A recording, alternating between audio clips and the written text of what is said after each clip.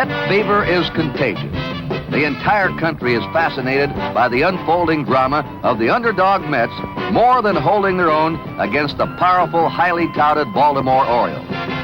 The news media transmit a steady, rhythmic flow of glowing words and pictures to an anxious, dazzled world.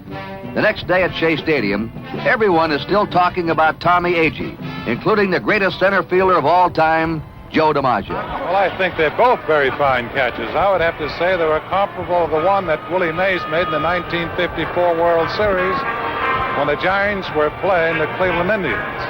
I think his first one in particular because at that time those runs were important.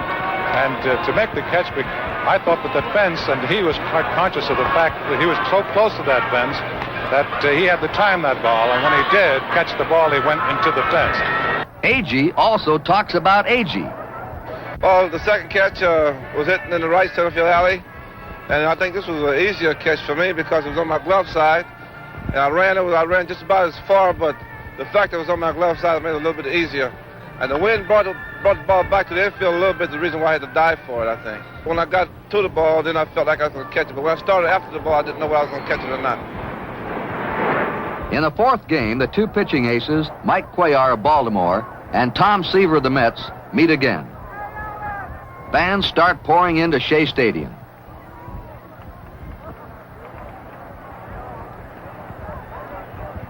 In the second inning, Cuellar faces Don Clendenon, a key man in the Mets' pennant drive. Clendenon swings and rockets one into the Baltimore bullpen, and for the third straight game, the Mets lead 1-0.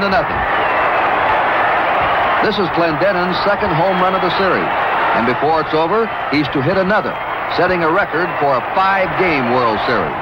Don Clendenon.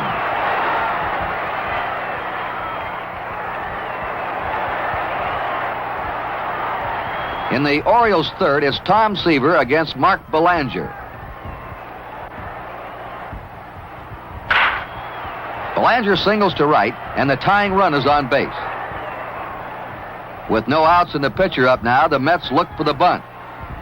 Ed Charles creeps in from third, but Cuellar squares around, chops, and loops it over the infield for a base hit. The Orioles now have men on first and second with no one out. Don Buford's up again, and the Mets expect a bunt. But once again, the Orioles cross them up. Buford swings away, and Clendenon makes a beautiful play.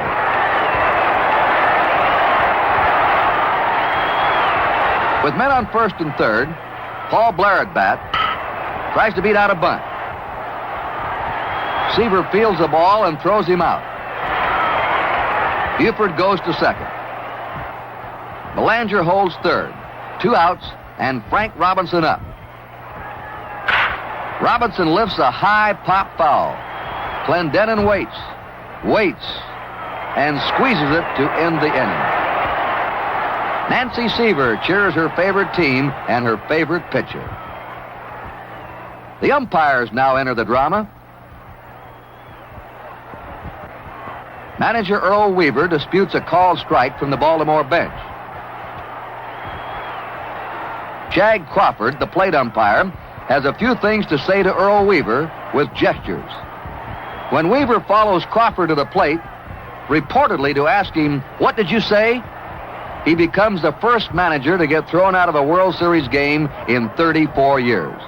Baseball rules stipulate an automatic ejection if a manager comes out of the dugout to question an umpire's judgment on balls and strikes. In the Orioles' fifth, Seaver's judgment calls for a curveball to Dave Johnson. Johnson loops it to short left field. Cleon Jones makes a beautiful sliding catch. Here it is again.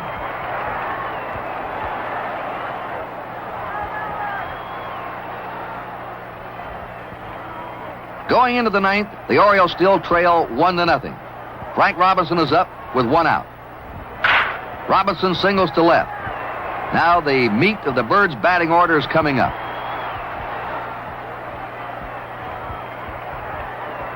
Boog Powell steps in.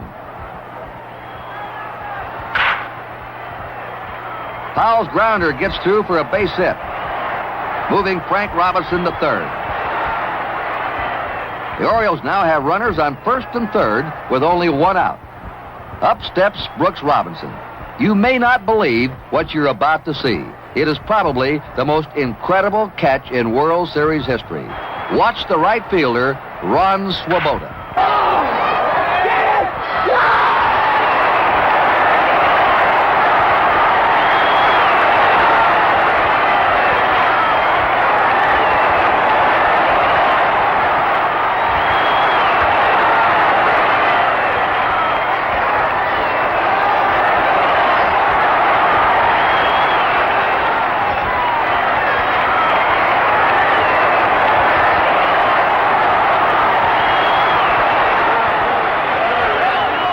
Here's the man of the hour, Ron Swoboda. Brooks Robinson was up, and I tried to play him a little bit closer because I wanted to eliminate the possibility of any ball dropping in front of me that I could possibly throw the run out at home plate. What did happen was he hit a line drive to my right. I thought I got a good jump on it because I wanted the ball to be hit to me. That's an important thing for an outfielder. I wanted the ball. What happened afterwards, I guess, was as big a surprise to me as it was to anyone in the stands. I had to dive for the ball. And when I left the ground, I had no idea that it would hit my glove. It hit and stuck. I came up and tried to throw, but it was useless. The run scored. The Orioles tied the score when Frank Robinson tagged up after Swoboda's circus catch. Seaver gets out of the inning when Hendricks flies to Swoboda. The fourth game of the World Series goes into extra innings. Seaver squeaks through the Baltimore 10th. And so it goes to the bottom of the 10th, the score tied at 1-all. Dick Hall is the Oriole pitcher. Jerry Grody leads off with a pop fly to right, a seemingly routine out, but Buford is fooled. It drops between him and Belanger for a double. Once again, the Met magic is at work. Rod Gasper is put in to run for Jerry Grody. Al Weiss is intentionally walked to set up a force play situation.